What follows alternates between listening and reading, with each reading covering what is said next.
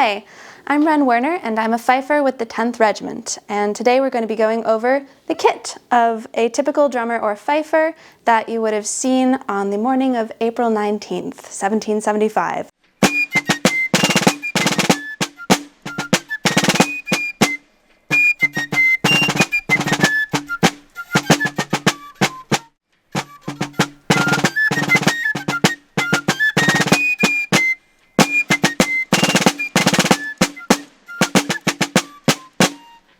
So fifers and drummers were basically the 18th century form of the signal corps.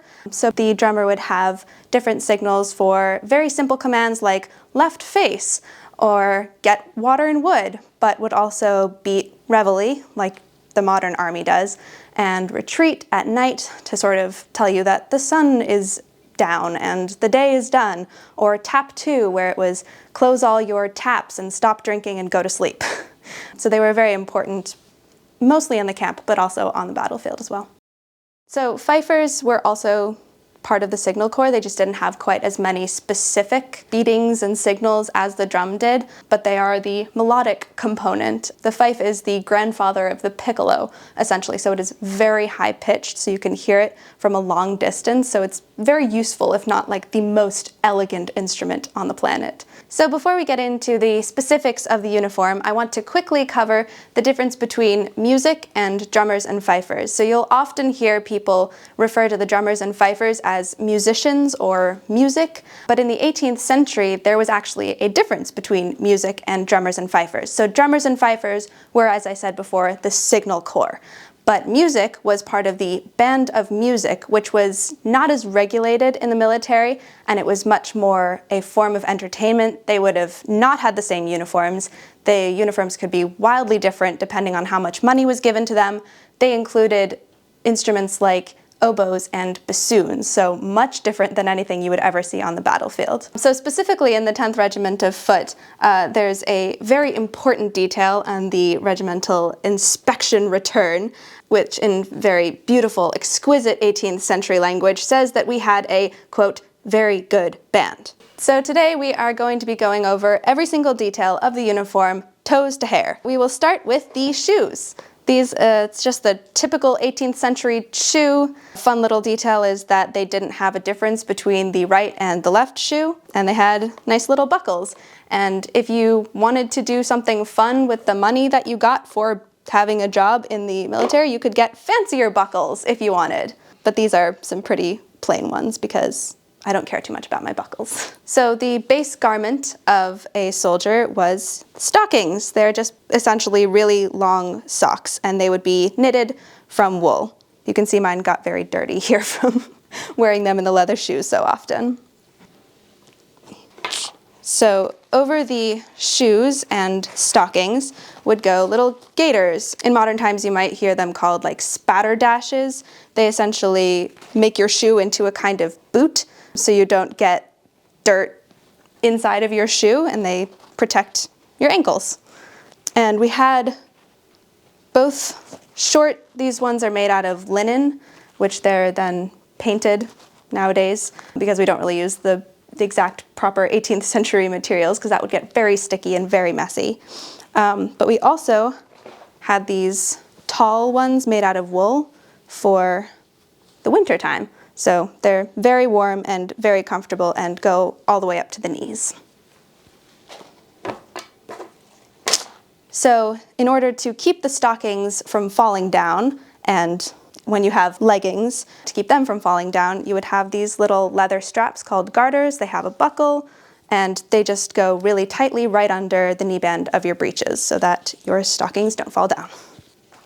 So the next clothing item is breeches. They are the 18th century military pants. You can see that the legs are not shaped like our modern pants. They spread out quite a bit. They are also made of wool. They have regimental buttons on them. They're tied in the back, and the 18th century style was to have quite a nice poofy butt back here, so you'll often see lots of pleats in the breeches in the back. And they also are closed with nice buckles, which again, you could get nicer buckles, and I care more about my breeches, so you can see they're much prettier. So the next thing, it would be the shirt with the little ruffle here. This is made out of linen. The men had several of them so that they could change them out when they got dirty. One thing you might notice is that this shirt is pretty long. It would be tucked into the breeches, and people say that they often use them as night shirts essentially. So they'd be nice and long, so you got sort of a night dress length. And over the shirt would go the waistcoat, which has a long line of regimental buttons. They usually left the top buttons unbuttoned so that they could stick this little ruffle through. So part of the reason we're doing this video is to display some of the changes in material culture that the 10th has done in the last 5 years, and the coat is probably the largest part of that for the uniform of a fifer and drummer. So we updated our color.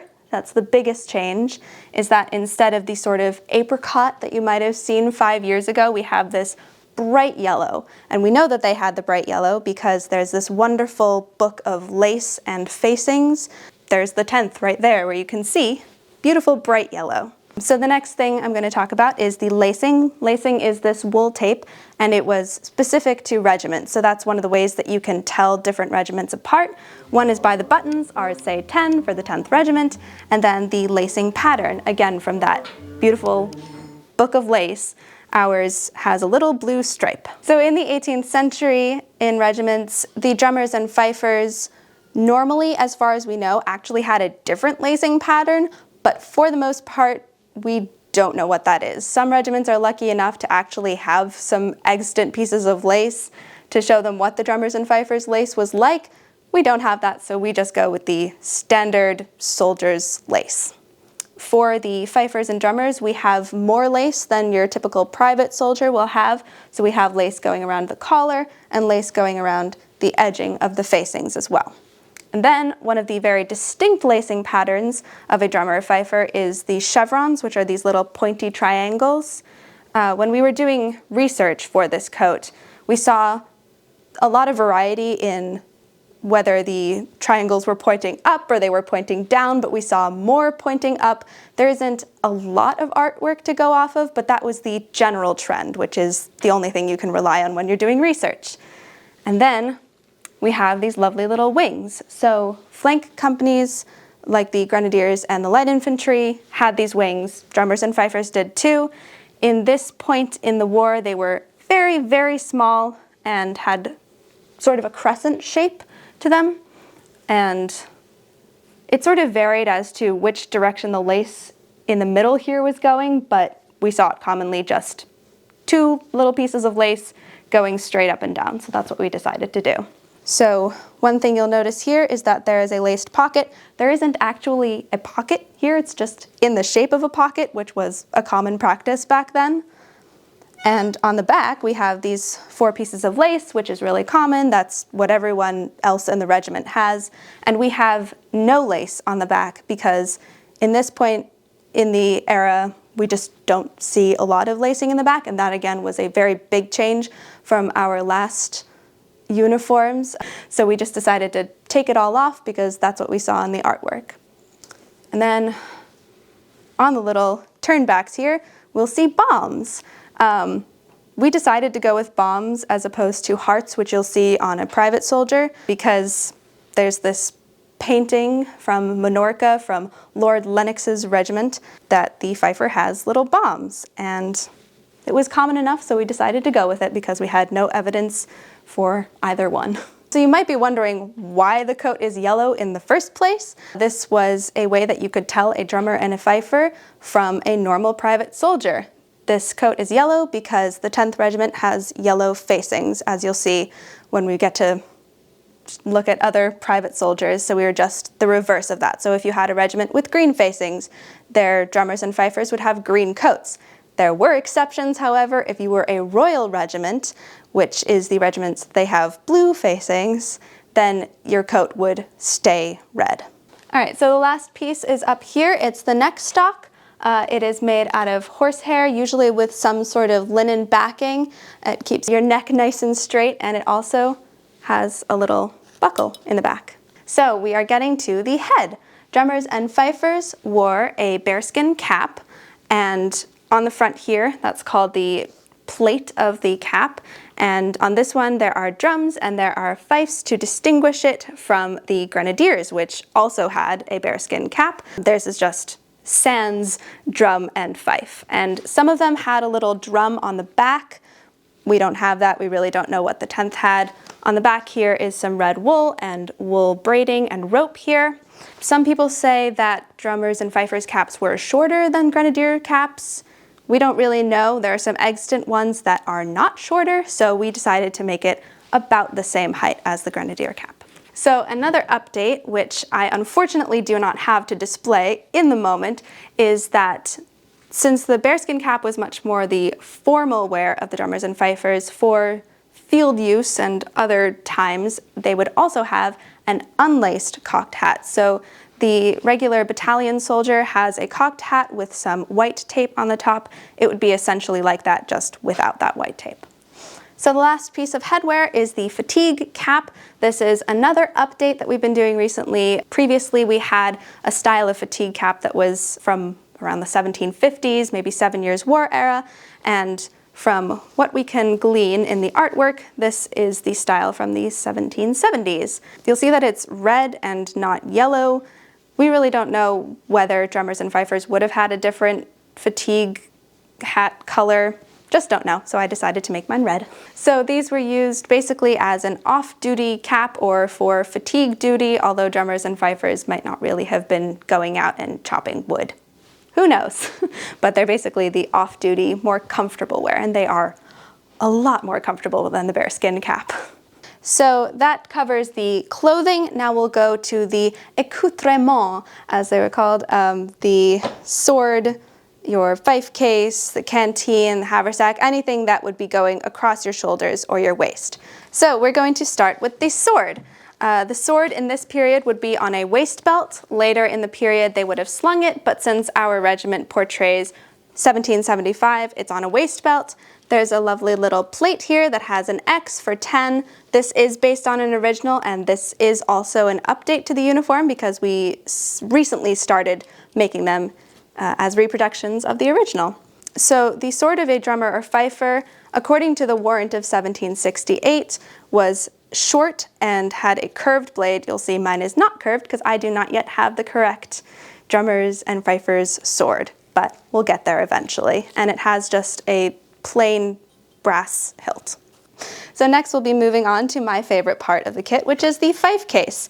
It is made of brass. Sometimes they were painted. We really don't know how common that was. It has wool rope here with the colors of our regiment, the yellow and the red, and a leather strap up here, and just a very simple clasp. And the fifes are in here. So the next pieces of kit I'm going to talk about are the haversack over here and the canteen. These were really only for campaign. When you were at your fort, you would really have no need for them. The haversack is to hold your food, and the canteen is to hold your water. So this is the back. It has the little inspection stamp. The GR is for Georgius Rex because this era is under King George. But that was only on the back because it's just a little inspection stamp, not an important part. And here's the little flap, and that would be your food in there. And this is made out of linen. The canteen here is made out of tin. This actually holds 32 ounces. I measured it out one time, so it would really be good to sustain you for the entire day. And these two are just slung on top of all of your accoutrements, so you could really readily access them. I also have a hunting horn here because some light infantry drummers, we do have documentation, were issued hunting horns because they're a lot easier to carry around. There were not the standardized bugle signals that there were in the 19th century. We have one from the Rangers, I think, that's just like a short sound and a long sound, but they again are an instrument that really carries across the battlefield, so they're very useful. All right, so I'll also quickly go over the drum. This was a rope tension drum with a calfskin head, and it also had snares. This that we have right here is not actually a 10th drum, nor is it an historically accurate drum, but we just have it on display here because we didn't have an actual 10th drum with us today. So the last and most important part of the kit of the fifer is the fife. This is made by Joseph Morneau of Merzique Morneau. It's called the London model, and it is modeled after a typical British fife. This is again one of our updates because previously we had been playing on fifes that looked a lot more like American fifes, which were skinnier and sometimes had more of a curve. This is pretty darn blocky and big and has brass tops. Thank you for joining me on my brief overview of a drummer and fifers kit.